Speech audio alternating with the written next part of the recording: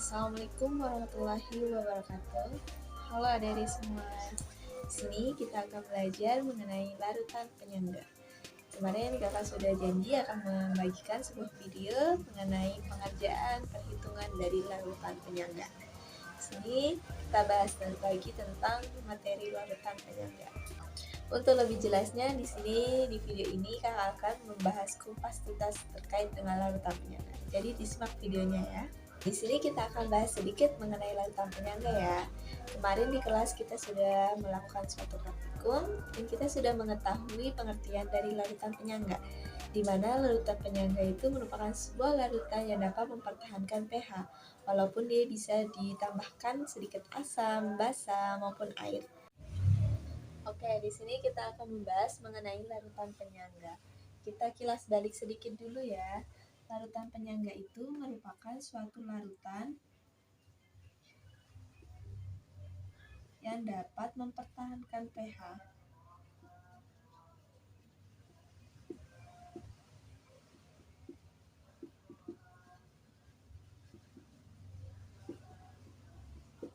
walaupun dia ditambahkan suatu asam, basa, maupun air. Larutan penyangga ini berarti larutan yang pH-nya itu tidak berubah.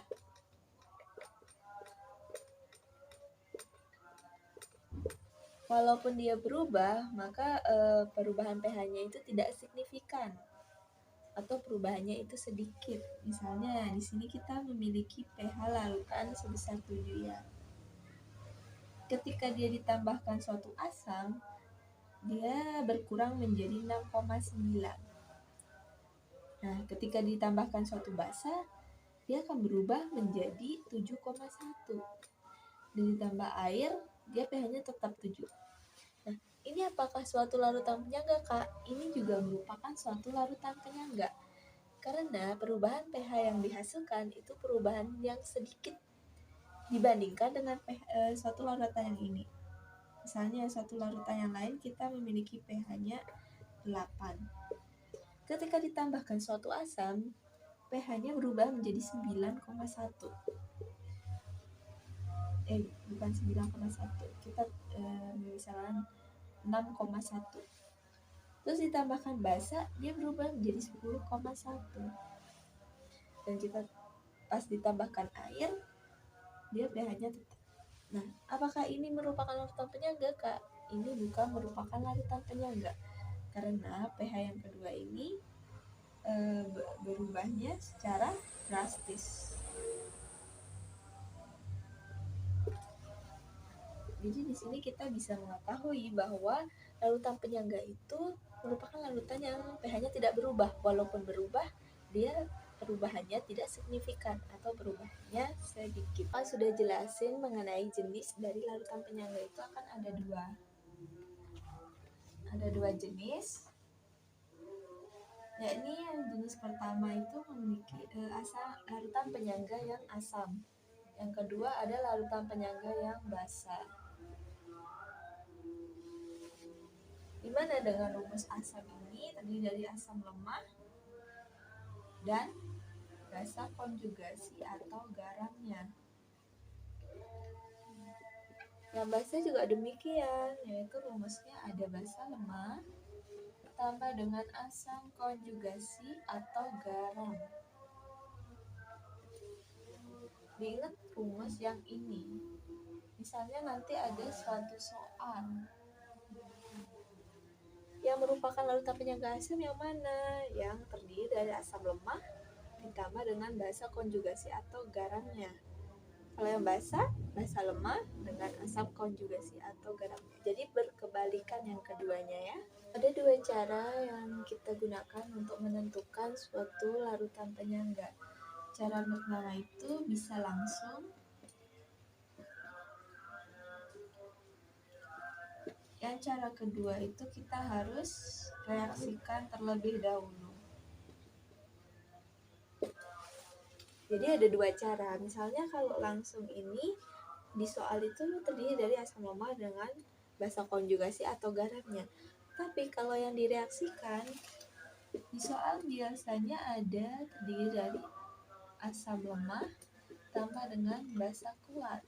Kalau yang basa, dia terdiri dari basa lemah ditambah dengan asam kuat.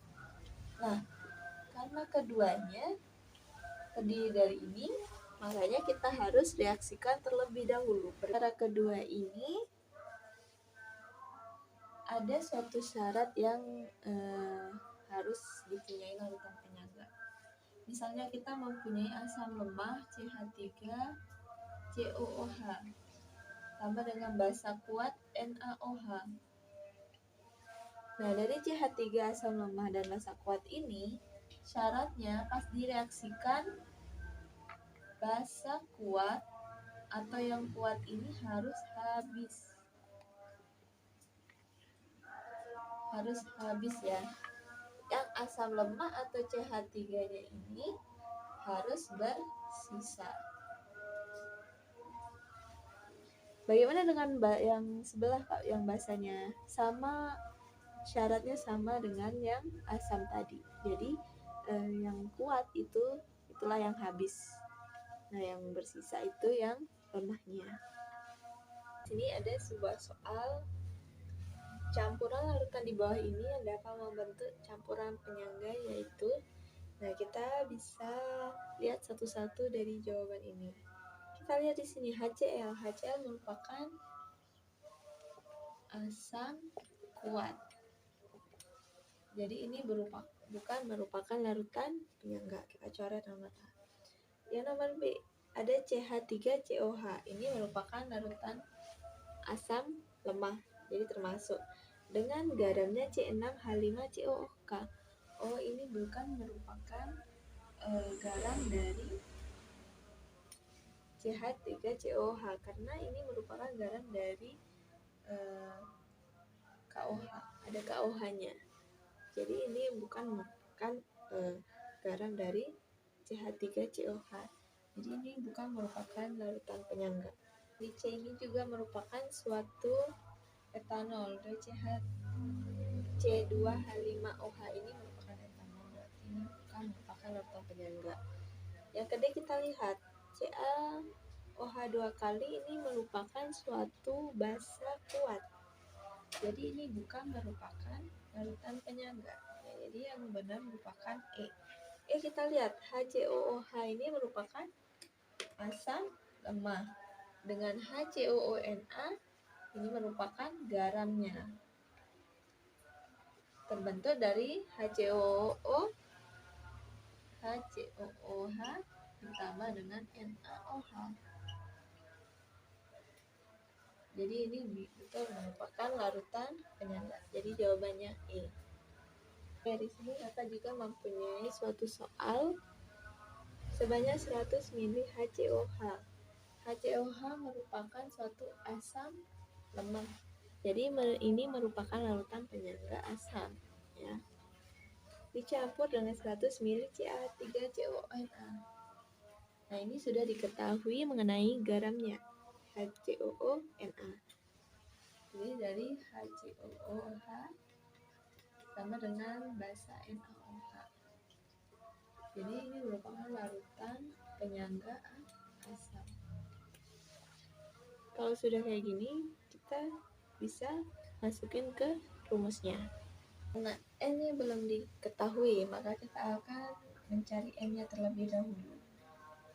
N dari asam lemah atau HCOOH.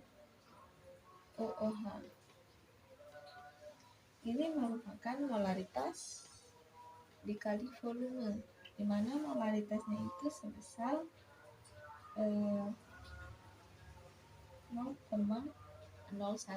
dikali volumenya itu sebesar 100 dengan 1 milimol. Nah, sekarang kita cari yang NBK-nya. NBK atau baca garamnya atau konjugasinya.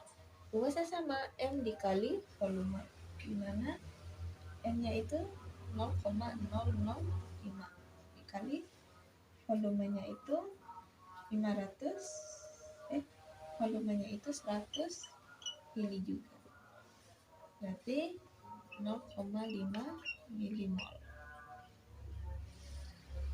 Nah, udah diketahui nih di soal. Nah, di soal ditambahkan merupakan campuran tersebut ditambahkan air sehingga volumenya 500 ml. Nah, ingat ya, di suatu pH larutan penyangga walaupun ditambahkan asam, basa maupun air, pH-nya akan tetap. Jadi, campuran yang ditambahkan air hingga volumenya 500 itu kita abaikan. Jadi tinggal ditaruhin ke dalam rumusnya.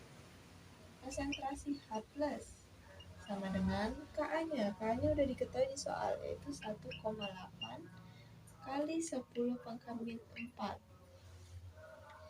dikali Na-nya berapa? Na-nya dari sini 1 milimol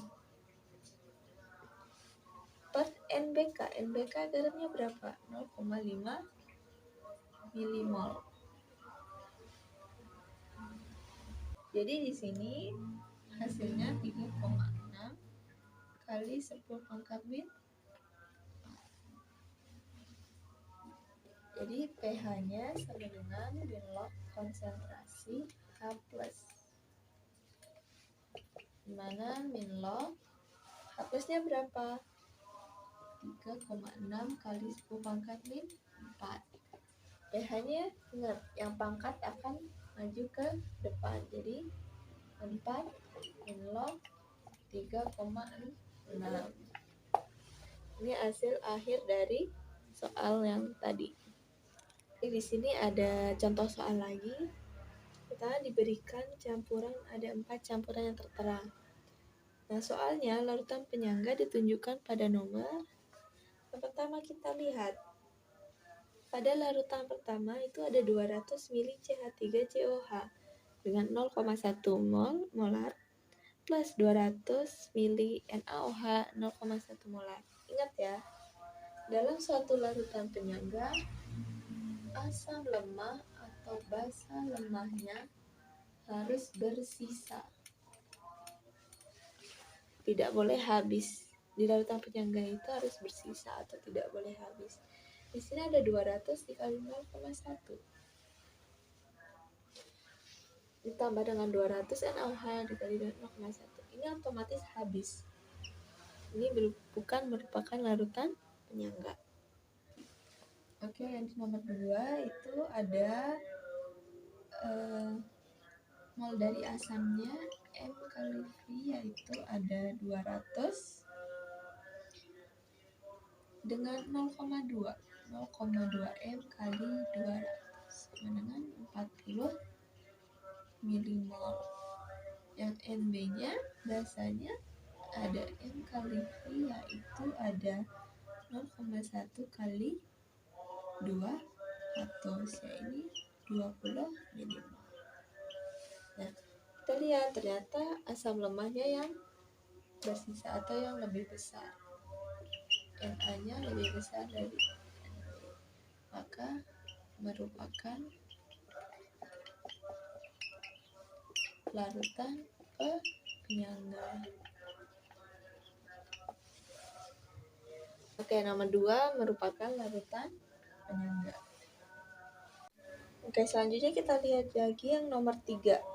Nomor 3 itu ada basa lemah dengan asam kuat, yaitu HCl. Kita lihat basa lemahnya ada 200 dikali 0,1 dengan 20 milimol. Tadi asam kuatnya 200 dikali 0,1 dengan 20 milimol. Nah, karena NBL atau mol basa lemah sama dengan mol asam kuat, maka ini bukan larutan penyangga. Jadi ingat konsepnya, dari larutan penyangga itu harus ada yang bersisa atau ada yang lebih besar. Kalau sama dengan atau habis, ini bukan merupakan larutan penyangga. 3 bukan merupakan larutan penyangga. Selanjutnya yang di nomor 4. Di nomor 4 itu juga merupakan larutan penyangga basa karena ada basa lemahnya. N basa lemahnya ada 200 kali 0,1 sama dengan 20 milimol. Terus yang kedua ada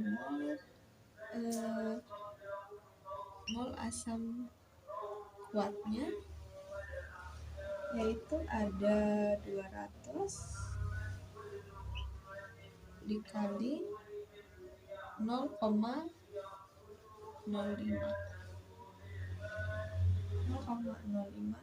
dikali dengan 200 dengan 10 milimol.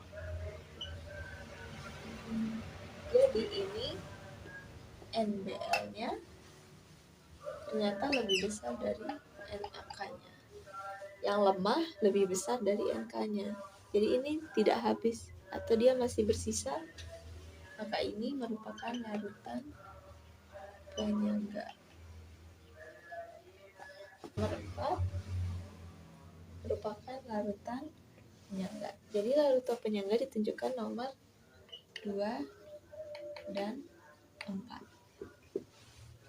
Selanjutnya ada soal nomor 4 terkait dengan perbandingan mol. Yang ditanya itu perbandingan mol dari garam NH4Cl terhadap basa lemah NH3. Berbeda dengan soal-soal yang sudah kakak jelasin sebelumnya, yang ditanya di dalam soal ini yaitu terkait dengan perbandingan molnya. Tidak mencari pH, melainkan mencari perbandingan mol. Yang diketahui pertama ada pH ya, 9,75.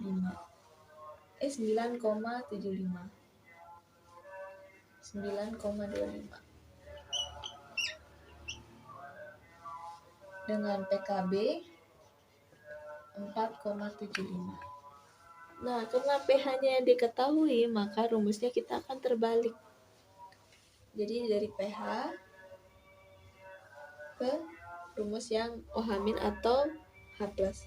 Nah, di soal ini yang terdapat NH4Cl terhadap NH3.